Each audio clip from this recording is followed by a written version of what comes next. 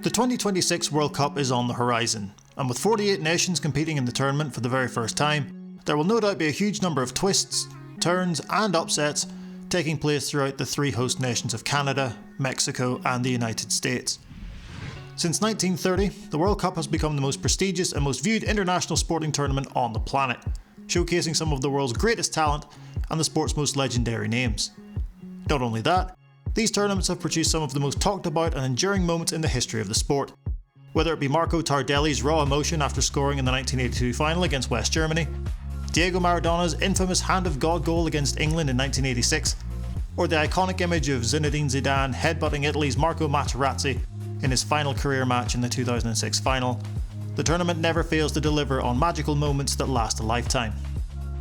Despite the farcical and frankly embarrassing 2026 World Cup draw that took place on December 5th, 2025 in Washington DC, the upcoming edition will no doubt create more talking points both on and off the pitch.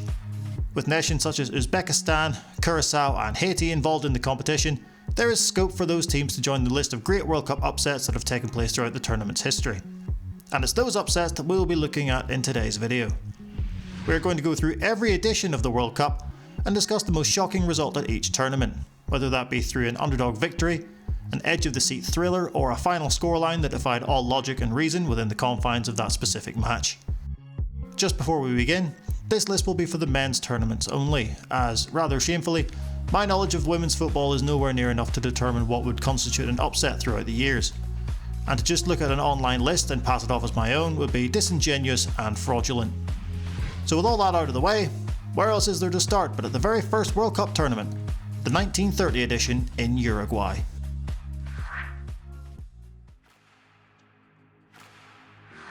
The first World Cup was the only one not to feature qualification. Instead, every FIFA affiliate were invited and had until February 28th to respond. Only 13 nations accepted the invitation and made their way to Uruguay, who were chosen as they were both celebrating their centenary and were the reigning Olympic champions. As per the rules, every team taking part were amateurs, but even at that, the American team were not favourably thought of, hosting a number of players receiving their first cap. During their second group stage game against Paraguay, American forward Bert Pettenod put his name into the history books as the first man to score a hat-trick at the tournament. While not the most significant game in terms of what it meant to the overall competition, it remains a piece of footballing history and therefore, due to its historical significance, is the most remarkable match from the 1930 tournament.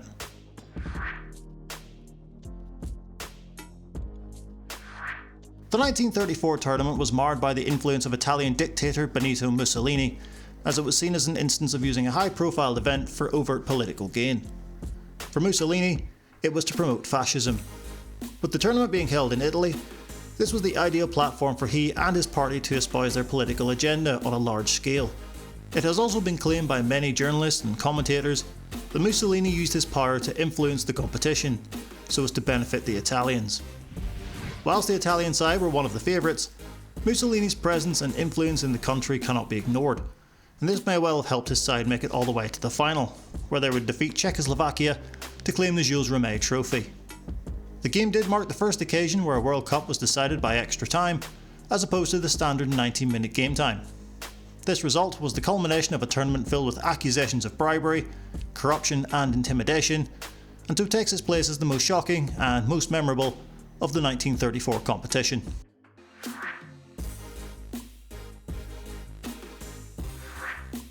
Unlike the standard procedure in modern football where, if the scores are level after 90 minutes, then a further half hour would be played before going to penalties, if necessary, in 1938, matches that were level after the allotted time would still go to extra time, but would not go to penalties to decide a winner.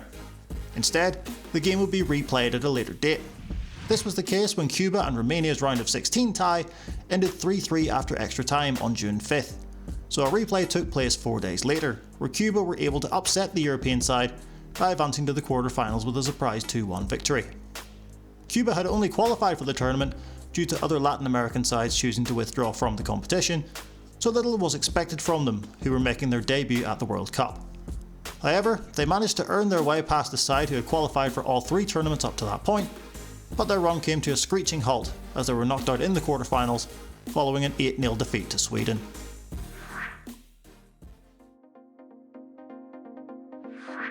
Due to the Second World War from 1939 to 1945, the World Cup was put on the back foot, quite rightly, and so it would take over 12 years for the competition to get up and running again, as there was a distinct lack of interest from many governments to devote their scarce resources to something as trivial as a football tournament. The tournament was in danger of not happening for a third cycle in a row, until Brazil presented a bid at the 1946 FIFA Congress, offering to host the event 4 years later in 1950. This edition of the competition threw up a number of shocking twists throughout, including the now infamous Maracanazo incident, where Brazil, who were overwhelming favourites to win, only needed a draw against Uruguay to lift the trophy. So confident were the Brazilians that, supposedly, 22 winners' medals were imprinted with the Brazilian players' names before the game had even kicked off, as well as a victory song being composed, and a speech was made to the squad by the mayor of Rio, already proclaiming them as world champions. They would of course go on to lose the game, and it would be Uruguay who would be crowned champions. However, the most shocking result on the pitch was that of the United States dispatching England in the group stage. The American team was comprised of part-timers and amateurs, some of whom couldn't make the tournament due to not being able to get time off work, whereas England had the likes of Stan Mortensen and Alf Ramsey, with Stanley Matthews and Jackie Milburn in reserve. Against the odds, the Americans managed to defeat the heavily favoured English with a goal from Joe Gaetjens in the 38th minute. Despite constant pressure for the rest of the game, the outsiders held on and secured one of, if not the, most shocking results in the history of the World Cup, while England would be eliminated in the group stage, having only secured a single win from their 3 group matches.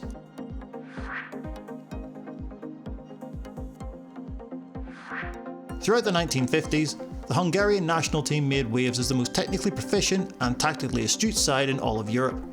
Featuring the likes of Ferenc Puskás, Sándor Kocsis and Nándor Hidegkuti, the team known as the Mighty Magyars redefined how the game was played throughout the decade. Between 1950 and 1956, the Hungarians played 69 games, recording 58 victories, 10 draws and only a single loss. It just so happened that that loss was in the 1954 World Cup final against West Germany. The Germans had only been reinstated to FIFA in late 1950, and had only played 18 times between then and the beginning of the tournament, thus entering it unseeded. So to see them reach the final was a shock in itself, but surely their fairy tale run would come to an end at the hands of the dominant Hungarians. Hungary took an early 2-0 lead, but the Germans were able to get back on level terms before the break. The match was played in heavy rain, and so the Germans, who had been supplied with boots from Adidas that featured exchangeable screw-in studs, were able to adapt to the conditions and, in turn, allowed them to score the winner with just 4 minutes left. After the match, however, a number of controversies arose, such as allegations of doping amongst the German players, as well as some questionable refereeing decisions. Either way, the fact that the seemingly unbeatable golden team of Hungary were unable to take home the Jules Rimet trophy against an unseeded side is still a result that shocks many to this very day.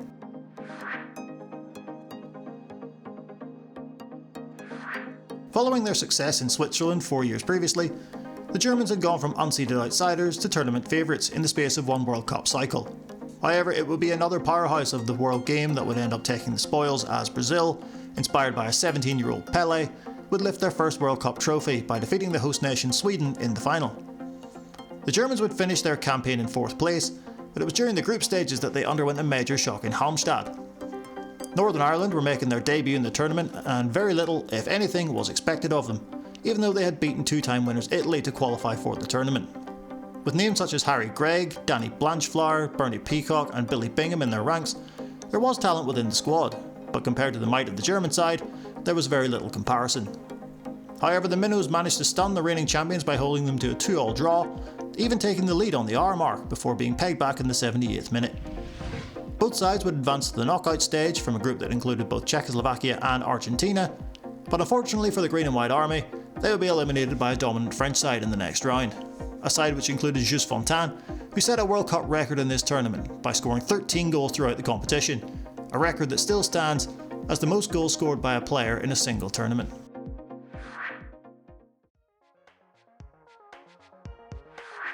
This game has gone down in footballing history, not because the result was particularly unexpected or because of a player's individual performance, but because it is widely regarded as the most violent match in World Cup history, now known as the Battle of Santiago. Chile's preparations for the tournament had been heavily disrupted by the Valdivia earthquake, which had occurred 2 years previously, the strongest earthquake ever recorded. Tensions were high between Chile and Italy going into the game.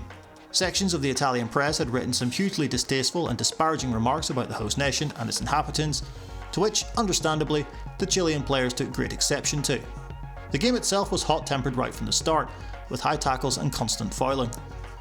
8 minutes in, Italy's Giorgio Ferrini was sent off for a foul, but refused to leave the field, and so had to be escorted off the pitch by the police. During this incident, Chilean outside left Lionel Sanchez connected with a left hook and broke the nose of Italian forward Humberto Maschio. Yet more instances of spitting and scuffling continued to play out throughout the game, resulting in the sending off of another Italian player, as well as the police getting involved on 3 further occasions. The game was eventually won by Chile, but very few remember the game because of the 2-0 scoreline. If you want to know more about the Battle of Santiago, I've made a video about it which you can check out on the channel.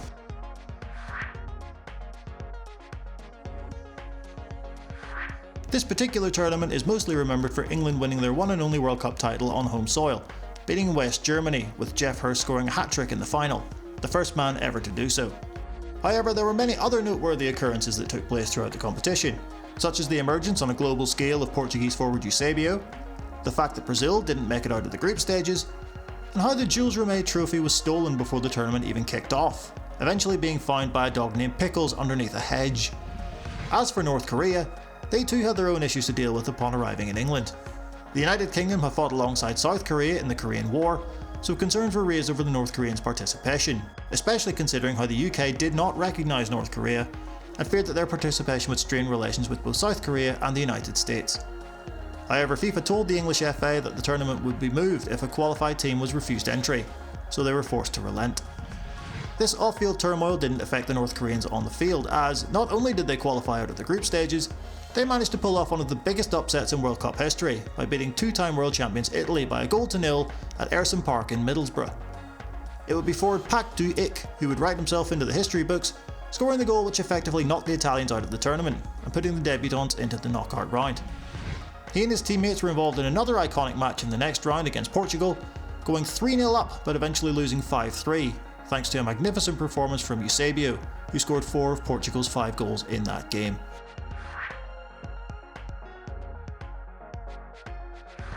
Making their return to the tournament for the first time since 1930, La Rojiblanca were quietly confident heading into their opening game against Bulgaria, as, in qualification, they had topped their group ahead of both Bolivia and Argentina, with La Albiceleste finishing bottom, therefore failing to qualify for the competition entirely. On the world stage, however, Peru were seen by many as being there to make up the numbers, as they may have been unaware of just how much promise the side had, including their secret weapon, a 21-year-old attacking midfielder by the name of Cubillas, who would come to prominence throughout the tournament. Bulgaria, while not one of Europe's elite sides, were perennial World Cup participants and did feature the likes of Hristo Bonev and Dimitar Penev in that 1970 team. The doubters were being proven right, as the Bulgarians took a 2-0 lead after 49 minutes. However, the South Americans turned on the style and scored twice in 5 minutes to bring the game back to 2-2, before Cubillas scored the winner in the 73rd minute to give the Peruvians the surprise victory. Peru would fall to Brazil in the quarter-finals, but Cubillas did walk away with the award for the best young player, while Peru took home the Fair Play award, so all in all, a successful outing in just their second World Cup tournament.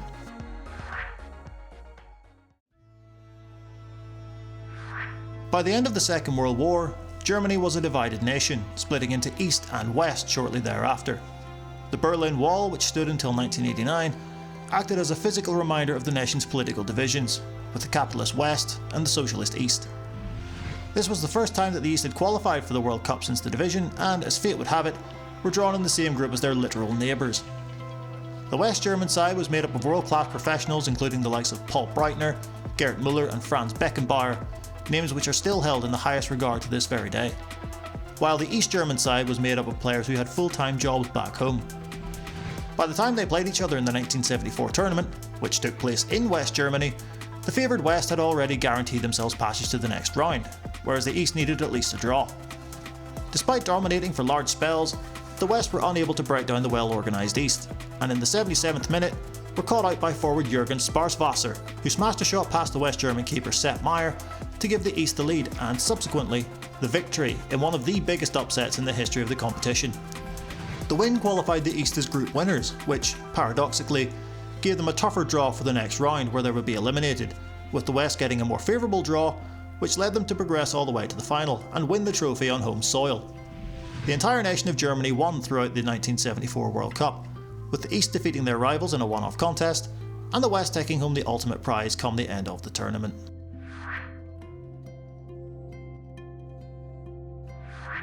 Throughout the late 1970s, Scotland emerged as one of the very best sides in all of Europe, and going into the 1978 tournament, were regarded by many as dark horses to go all the way and lift the trophy.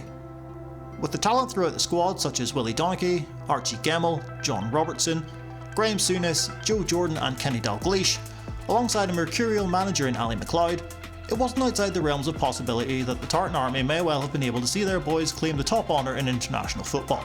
Compared to the Iranians, who were making their debut at the World Cup after topping their qualification group, and featured a side filled with players who all played their club football in Iran, it seemed like they would be a stepping stone on Scotland's march to the latter stages. However, after Scotland's surprise 3-1 defeat to Peru in their opening game, the Iran match took on a much more significance. Another defeat and they'd be eliminated. Even so, it was expected that the Scots would make light work of the Iranians before moving on to the Dutch in their final group game. The Scots were truly appalling, unable to string passes together, as well as a number of individual errors made an already nervy game even more so.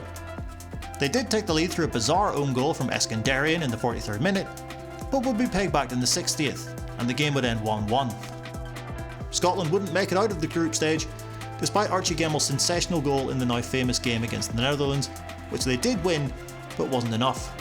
Both Scotland and Iran went out at the first hurdle.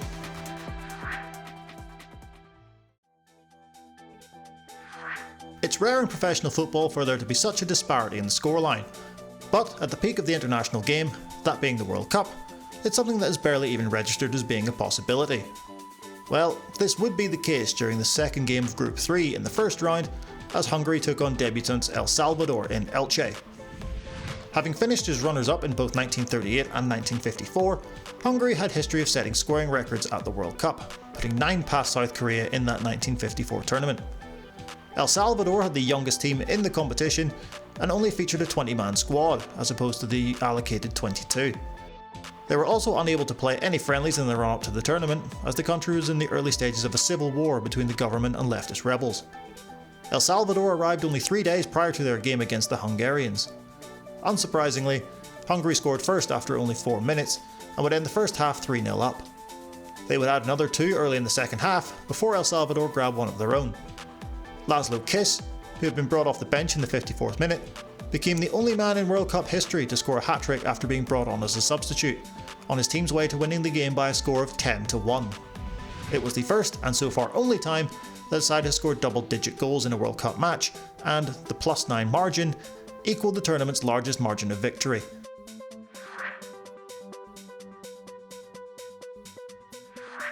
Before going on to eventually lift their second World Cup title, Argentina took part in what is arguably the most famous match from any World Cup tournament against England in the quarter-finals inside the Estadio Azteca in Mexico City.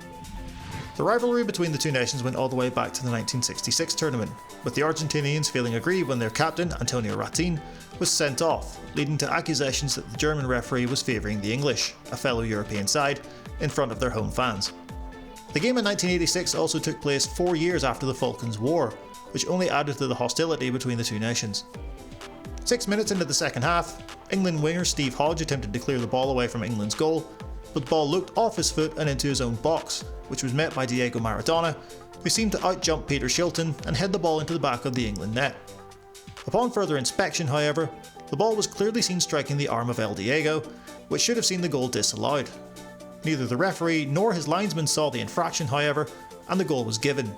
A goal which would go on to be referred to as the Hand of God, as Maradona would famously say that the goal was scored with a little of the head of Maradona and a little with the hand of God. In stark contrast to the controversy that surrounded his first goal, Maradona would prove why he is seen by many as the greatest to ever play the game, with his second goal which he scored just 4 minutes later, running 60 yards and beating 4 England players before rounding Shilton and slotting the ball into an empty net. This piece of individual brilliance would later be dubbed the goal of the century. England did get a goal back through Gary Lineker in the 81st minute, but it was too little too late. Argentina had gone through in the most bizarre of circumstances and would go on to win the tournament, defeating West Germany in the final.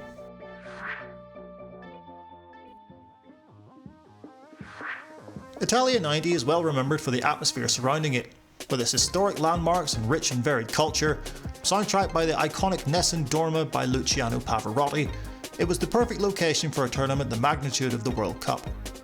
Unfortunately, the on-field action contrasted heavily with the beauty for where it was taking place, as the matches produced an average of 2.21 goals per game, a record low that stands to this very day, as well as 16 red cards, including one in the final itself, the first time that a player had ever been sent off in a World Cup final.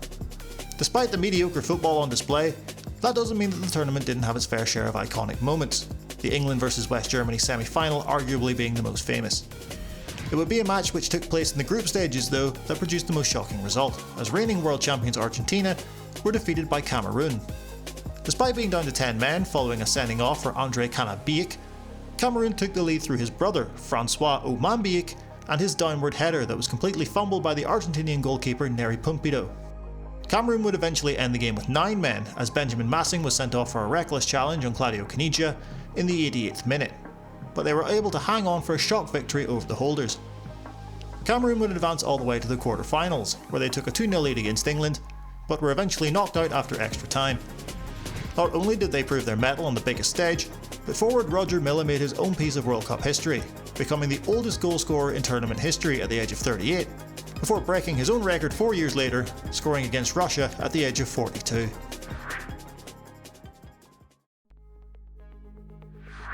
One of the most tragic stories in the history of all of sport, this game at the Rose Bowl in 1994 would overshadow the entire tournament and football as a whole. Colombia were seen by many as the dark horses to go far in the tournament, and with their record going in, it wasn't hard to see why. Throughout their 6 qualifying matches, they only conceded twice and scored 16, including a 5-0 domination of Argentina in Buenos Aires. This was all taking place within the backdrop of the country's notorious drug cartels having a stranglehold on the country, especially in the city of Medellin, from which Pablo Escobar operated his drug empire before his death in 1993. Rumours persisted that the remaining cartels and betting syndicates were exercising their influence over the Colombian team, even going so far as to kidnap family members of the squad and deliver death threats to both players and management if they didn't do what was asked of them by these powerful individuals. The pressure got to the players as they lost their opening game to Romania, before taking to the pitch in a must-win game against the host nation, the United States. In the 35th minute, a cross into the Colombian box was cut out by defender Andres Escobar, but unfortunately, the ball ricocheted off of him and into his own net. Despite being a clear mistake and just part of the life of a professional sportsman, the look on Escobar's face told the whole story. He knew the implications that this could have. Colombia lost the game 2-1 and were effectively out of the tournament, despite gaining a victory over Switzerland in their final group game. Upon his return to Medellin, Andres Escobar was shot 6 times as he sat in his car outside of a nightclub in the city and was declared dead 45 minutes later at the age of just 27. Humberto Castro Munoz, a bodyguard for the Gallon brothers cartel, admitted to the murder and was sent to prison for 26 years on a reduced sentence. It has been speculated that the Gallon brothers lost a significant amount of money on that game against the United States, and it is widely believed that Escobar's murder was punishment for his own goal. If you want to know more about the story of Andres Escobar, I have made a video on the topic which you can check out on the channel.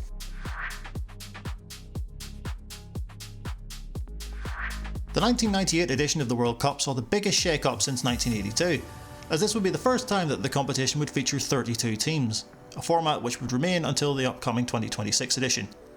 This particular tournament would feature some of the most iconic names in the history of the sport, cementing itself as one of the most star-studded international tournaments of all time.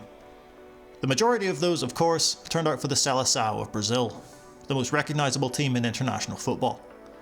This 1998 side seemed like it would be unbeatable, with the likes of Cafu, Roberto Carlos, Dunga, Rivaldo, Leonardo, Edmundo, Bebeto, and the best player in the world at the time, Ronaldo. To the surprise of no one, the Brazilians won their opening 2 games, securing their path to the last 16 in efficient fashion. The Norwegians, on the other hand, needed a win to guarantee their passage into the knockout stages, and they had only managed to pick up 2 points from their opening 2 games. The Brazilians weren't going to go easy, despite having already qualified, and put out a full-strength side inside the Velodrome in Marseille.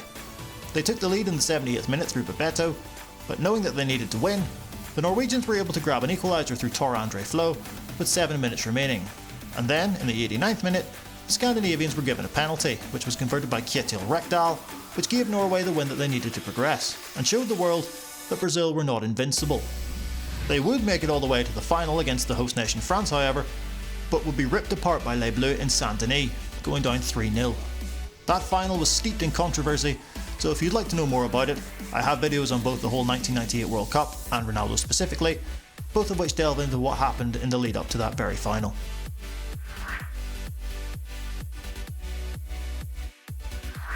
The French would build on their success in 1998 by winning the 2000 edition of the European Championship, cementing themselves as the undisputed best international side on the planet.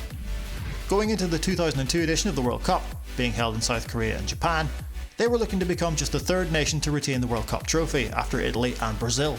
However, the opening game of the tournament would set the tone for the French's run throughout the competition. Senegal were making their World Cup debut in 2002, and showed right from the start that they weren't simply there to make up the numbers.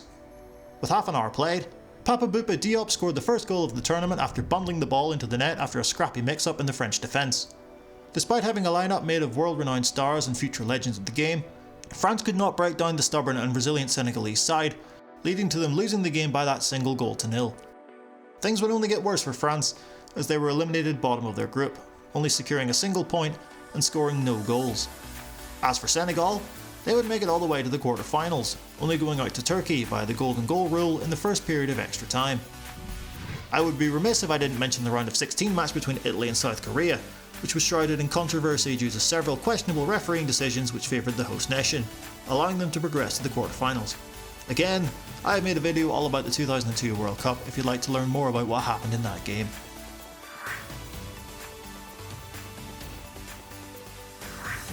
The 2006 edition of the World Cup, for the most part, went according to the script, with the major players advancing to the latter stages in fairly convincing fashion. That's not to say that the action on the pitch wasn't entertaining, as some of the football being played and the goals being scored were some of the best that have been seen at the tournament in quite some time. So as far as shocking or surprising results went, they were very few and far between, but arguably the one which raised the most eyebrows was the draw between Sweden and Trinidad and Tobago. The Caribbean nation had to go through the Intercontinental Playoff to reach the tournament, which would mark their first and thus far only appearance at the World Cup. While their squad did host some recognisable names such as Sterling John, Kenwyne Jones and Carlos Edwards, with their most well-known, Dwight Yorke, captaining the side, the Soccer Warriors weren't expected to pull up many trees. Sweden, on the other hand, hosted a plethora of world-renowned stars, with the likes of Freddie Ljungberg, Henrik Larsson, Olof Mellberg and Zlatan Ibrahimovic. The Swedes were seen as tournament dark horses, but came unstuck against the debutants, who held firm to record a 0-0 draw in their opening match. The result, while not spectacular, gave Trinidad and Tobago an outside chance of getting out of the group, especially considering in their next game against England, they looked set to take another point as the game ticked over into the 83rd minute. However, goals from Peter Crouch and Steven Gerrard were enough to see off the men in red before they would lose their final game against Paraguay.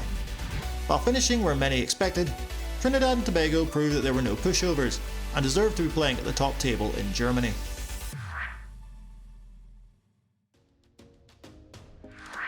The 2010 World Cup broke new ground as it was the first time that the tournament was held on the continent of Africa, taking place in the country of South Africa. What should have been a monumental occasion for the nation and the continent as a whole became part of a worldwide scandal when it was revealed in 2015 that high-ranking officials had bribed then FIFA Vice President Jack Warner, as well as other FIFA Executive Committee members, up to $10 million to host the tournament in South Africa, despite Morocco winning the initial bid. Fans and pundits weren't to know this at the time, however, and the tournament kicked off with a sea of colour and music, as well as the not-so-welcome droning of the now infamous vuvuzelas. Italy, the reigning world champions, were expected to go far once again in defence of their title, but much like the French 8 years prior, their campaign was an absolute disaster. After drawing their first game to Paraguay, they were matched up against New Zealand, who were ranked 78th in the world at the time. It was expected that the Italians would roll over the All Whites and get their campaign up and running. The Kiwis had other ideas though. They too had drawn their opening game, and after just 7 minutes had gone inside the Mbombela Stadium, the underdogs took a sharp lead as Shane Smeltz tapped in to put the World Cup champions on the back foot. The Italians were able to get back on level terms after being awarded a rather soft penalty, but were unable to beat the New Zealand keeper Mark Paston for a second time. The game would finish 1-1, leaving the Italians in a perilous position, as they would end up going out at the first hurdle, following a loss to Slovakia, finishing bottom of the group. New Zealand would also be eliminated in the group stages, but after yet another draw against Paraguay, the All Whites ended the tournament as the only unbeaten team in the 2010 World Cup.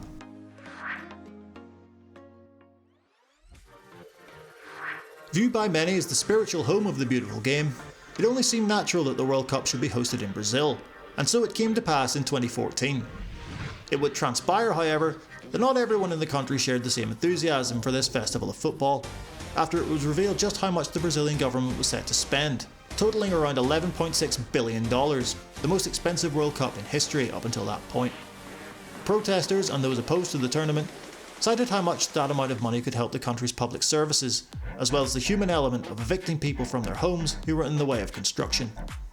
Despite this, the tournament kicked off on time, with many surmising that this would be Brazil's time once again.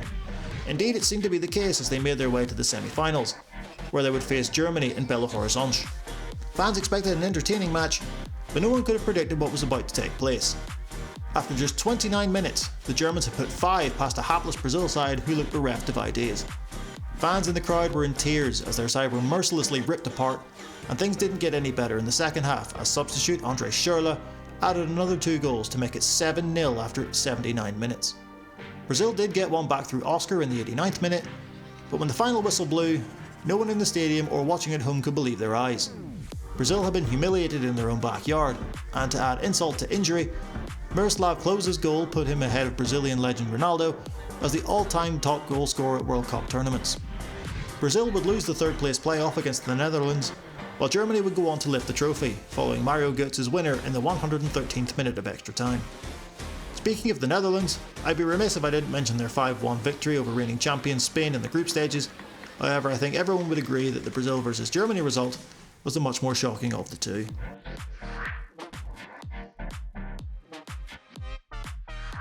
The curse of the World Cup winners continued on into the 2018 tournament in Russia, as it would be Germany who would suffer the indignity of being eliminated in the group stages this time around.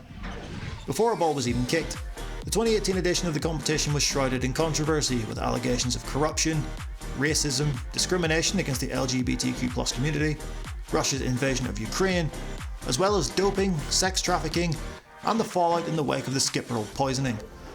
Despite all the negativity away from the pitch, the action on it was lauded, with a number of twists and turns which kept fans on the edge of their seats throughout. Arguably the most shocking was the performance of the reigning champions Germany, as they entered the group stage bottom of the group and eliminated. In what was a must-win game for the Germans, they looked nervous in the early stages, with the South Koreans creating the better chances. They did eventually grow into the game, but couldn't put the ball in the net. It came back to bite them in the second minute of stoppage time at the end of the game, as Kim Young-gwon put the ball past Manuel Neuer to break German hearts.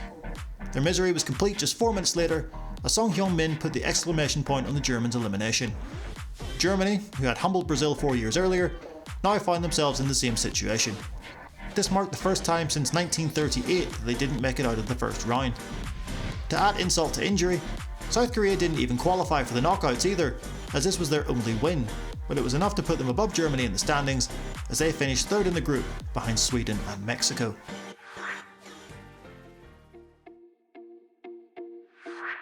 Held in Qatar, this was yet another World Cup that was swimming in controversy before the first whistle had even blown.